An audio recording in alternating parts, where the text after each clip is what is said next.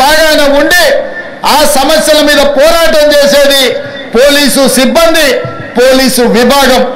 అందుకే నేను మీతో పంచుకున్నది ఇది ఉద్యోగం కాదు, ఇది ఒక భావోద్వేగం. ఈ భావోద్వేగమే ఈ తెలంగాణ రాష్ట్రాన్ని పునర్నిర్మించి భవిష్యత్ తరాలకు బంగారు బాటలేసే బాధ్యత మన అందరి మీద ఉన్నది.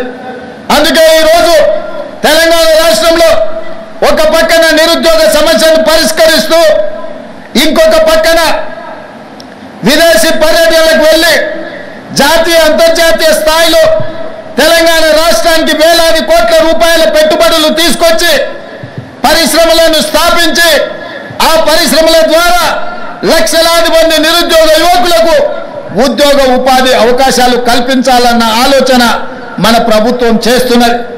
ఈరోజు ఉద్యోగాలే కాదు, నిరుద్యోగ సమస్యను పరిష్కరించడమే కాదు, ఈ సమాజంలో పెట్టుబడులు తీసుకురావడమే కాదు, రైతన్నలు నేతన్నలు పట్టణ అన్నం పెట్టేది రైతన్నలైతే ఆ రైతన్నలకు ఆత్మగౌరవంతో బ్రతకడానికి నేతన్నలు సహకరిస్తున్నారు. నేతన్నలతో పాటు గీతన్నలు ఈరోజు మన సమాజంలో ఉన్నారు. కుల వృత్తులు, చేతి వృత్తులను బలోపేతం చేస్తూ ఆ వృత్తులను ఆదుకుంటూ ఈనాడు తెలంగాణ రాష్ట్రంలో 8 నెలల్లోనే సరిగ్గా 27 రోజుల్లో 18,000 కోట్ల రూపాయలు రైతు రుణమాఫీ చేసి 22,22,687 మంది రైతుల ఖాతాలో 18,000 కోట్ల రూపాయలు వేసిన చరిత్ర ఈ దేశంలోనే మొట్టమొదటిది. తద్వారా మీరందరూ రైతుల బిడ్డలు, గ్రామీణ ప్రాంతం నుంచి వచ్చిన వాళ్ళు, వ్యవసాయ సమస్యలు, రైతుల యొక్క కష్టాలు తెలిసిన వాళ్ళు. నేను కూడా గ్రామీణ ప్రాంతానం నుంచి వ్యవసాయ కుటుంబం నుంచి వచ్చిన వాడినే, రైతు యొక్క కష్టాలు నాకు తెలుసు. అందుకే 18,000 కోట్ల రూపాయలు కడుపు కట్టుకొని నిధులు సేకరించి 18,000 కోట్ల రూపాయలు ఈనాడు రైతుల ఖాతాలో వేసి రైతన్నల కళ్ళల్లో ఆనందం చూస్తున్నాం. వ్యవసాయం దండగ కాదు, వ్యవసాయం పండుగని నిరూపించి ఈనాడు తెలంగాణ రాష్ట్రంలో రైతుల ఆత్మగౌరవంతో తలెత్తుకునే విధంగా రాష్ట్ర ప్రభుత్వం నిర్ణయాలు తీసుకుంటున్నది. ఇవాళ ఈ తెలంగాణ రాష్ట్రం పచ్చగా ఉండాలన్నా, పచ్చడి పంటలు పండాలన్నా ప్రాజెక్టులతో పాటు చెరువులను, కుంటలను కాపాడుకునే బాధ్యత మన మీద ఉన్నది. నిన్న మన మీరందరూ చదివి ఉండొచ్చు, చూసి ఉండొచ్చు.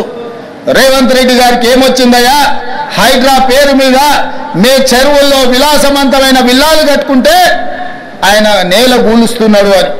నేను ఒక్క మాట అడగదలుచుకునే వేదిక మీద నుంచి తెలంగాణ ప్రజల్ని, ముఖ్యంగా హైదరాబాద్ నగర వాసులని, 1908లో ఈ మహానగరం మీద వరదలు ఉప్పెనై కమ్మేస్తే వేలాది మంది ప్రాణాలు కోల్పోతే ఆనాటి నిజాం సర్కార్ మోక్షగుండం విశ్వేశ్వరయ్యను ఆర్కిటెక్ట్గా నియమించి 100 కోట్ల రూపాయల నాడు ఖర్చు పెట్టి ఉస్మాన్ సాగర్, హిమాయత్ సాగర్ను నిర్మించిండ్రు.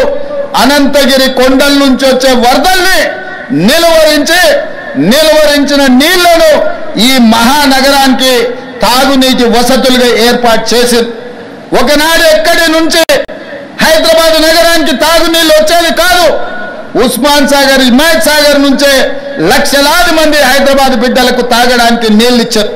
హైదరాబాద్ దాహార్తిని తీర్చిన ప్రాజెక్టులు గండిపేట, హిమాయత్ సాగర్. ఇలాంటి ప్రాజెక్టుల చుట్టూతా బాగా సంపాదించుకున్న వాళ్ళు, ఆగర్భ శ్రీమంతులు ఫామ్ హౌజులు కట్టుకున్నారు. వాళ్ళు ఫామ్ హౌజులు కట్టుకుంటే మనకు అభ్యంతరం లేదు, వాళ్ళు సంతోషంగా ఉండడమే మనకు కావాల్సింది. కానీ ఆ ఫామ్ హౌజులలో ఉన్న డ్రైనేజ్ కనెక్షన్ లేదు. వాళ్ళ డ్రైనేజ్ తీసుకొచ్చి గండిపేట నీళ్ళలో కలిపిండ్రు. వాళ్ళు వాడిన డ్రైనేజ్ నీళ్లు గండిపేట నీళ్ళలో కలిస్తే ఆ నీళ్లు తాగడానికి నగరానికి ఇస్తున్నాం.